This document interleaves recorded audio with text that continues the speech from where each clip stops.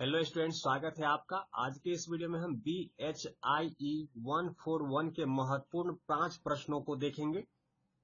बहुत ही important video होने वाला है अगर आप BHIE 141 की तैयारी करना चाहते हैं। यहाँ पहला प्रश्न देख सकते हैं कि प्रथम अफीम युद्ध के कारण क्या थे।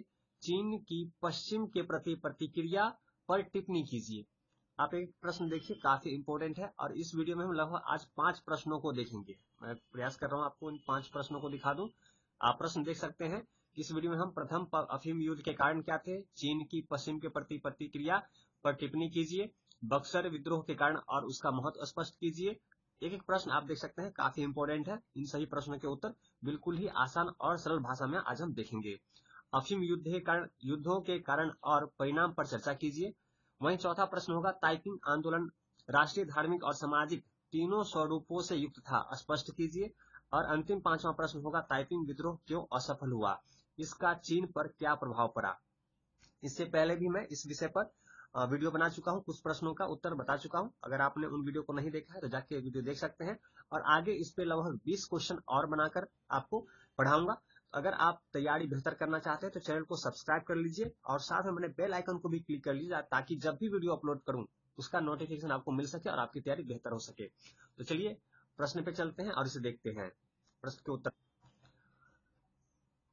पहले प्रश्न को देखें तो प्रथम अफीम युद्ध के कारण क्या थे, चीन की पश्चिम के प्रति प्रतिक्रिया पर टिप्पणी कीजिए। तो देखिए, 19वीं शताब्दी की शुरुआत में चीन आत्मनिर्भर था और यूरोप के साथ उसके व्यापारिक संबंध असंतुलित थे।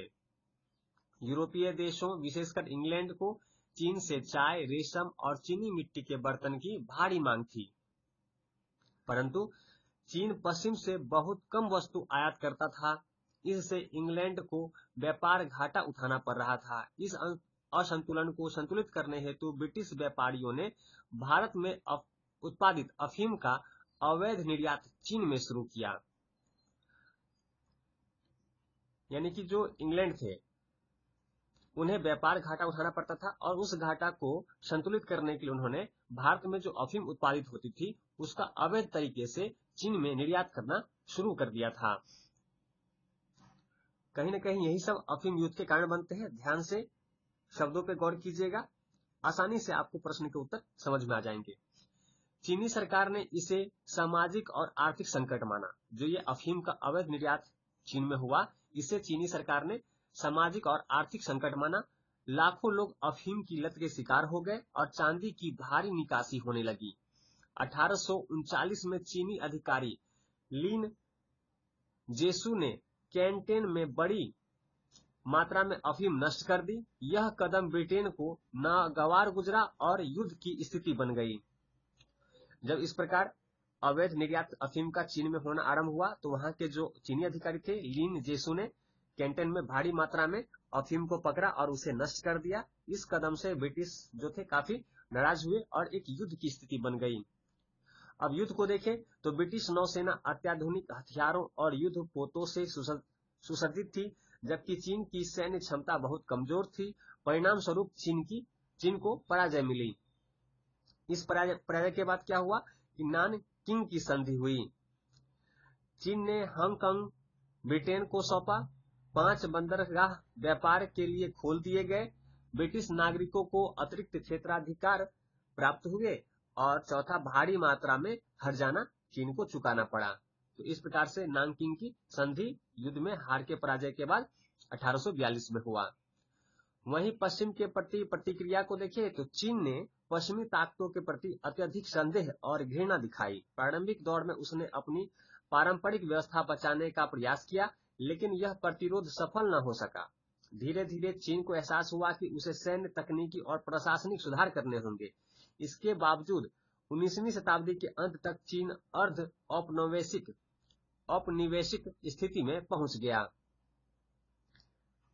यानी कि चीन के लोग जो है पश्चिमी ताकतों के प्रति काफी संदेह और घृणा से देखते थे, ठीक है। और उन्हें अपनी जो पारंपरिक संस्कृति व्यवस्था थी उसे बचाने का उन्होंने काफी प्रयास किया, जिसमें वे सफल न हो सके, क्योंकि चीन की जो सैन्य शक्ति, तकनीक और प्रशासनिक प्रयास था वह इसे रोकने में सफल न हो सका। उसके बाद चीन को एहसास हुआ कि उसे तकनीकी प्रशासन में सुधार करने होंगे।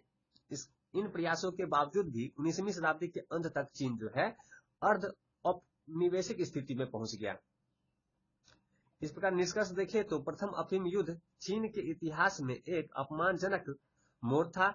यह घटना चीन की पारंपरिक श्रेष्ठता को तोड़कर उसे आधुनिक विश्व व्यवस्था में शामिल होने के लिए विवश करने वाली साबित हुई। वही प्रश्न 2 का उत्तर देखें, और जो मैंने आपको उत्तर यहाँ दिया है, मैंने प्रयास किया है काफी आसान और सरल भाषा में आपको इसके उत्तर बताया जाए ताकि आप आसानी से उसे समझ सकें। दूसरा प्रश्न है बक्सर युद्ध, बक्सर विद्रोह के कारण और उसका महत्व स्पष्ट कीजिए। इसके उत्तर को देखें तो बक्सर युद्ध का कारण क्या था और उसका महत्व क्या है, इसे देखते हैं। कारण की बात करें तो विदेशी प्रभुत्व और असमान संधियां, अफीम, जैसा कि ऊपर हमने पढ़ा, अफीम युद्धों और बाद की संधियों ने चीन की संप्रभुता को कमजोर कर दिया।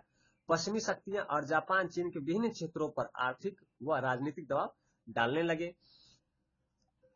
वहीं दूसरा कारण था ईसाई मिशनरी की गतिविधियां। चीन में मिशनरियों की बढ़ती सक्रियता ने स्थानीय संस्कृति और धर्म को खतरा पहुंचाया।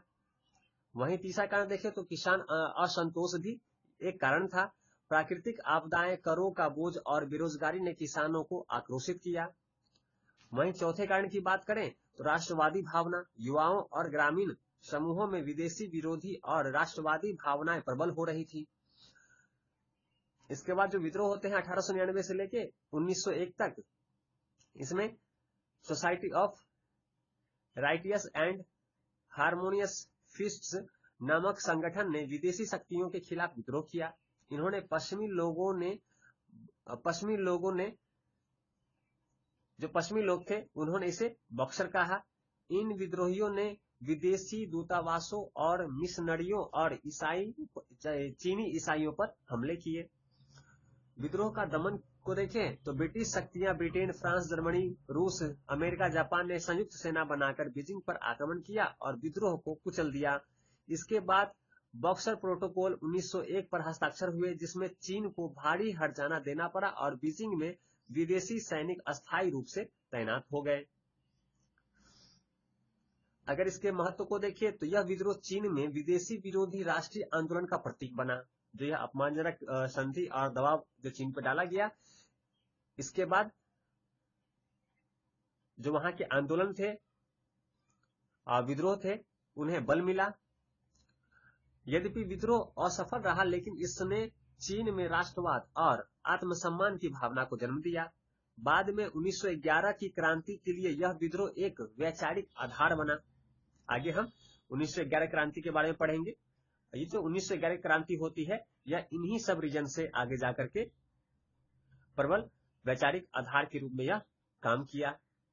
निष्कर्ष के रूप में बक्सर युद्ध को देखें तो बक्सर रिबेलियन चीन की सामूहिक चेतना का परिणाम था। यद्यपि इसे दबा दिया गया, लेकिन यह विदेशी प्रभुत्व के खिलाफ भविष्य के आंदोलन के लिए प्रेरणा का स्रोत बना। तो इस प्रकार से हमने बक्सर विद्रोह के कारण और यह क्यों महत्वपूर्ण रहा, इसे हमने समझने का प्रयास किया।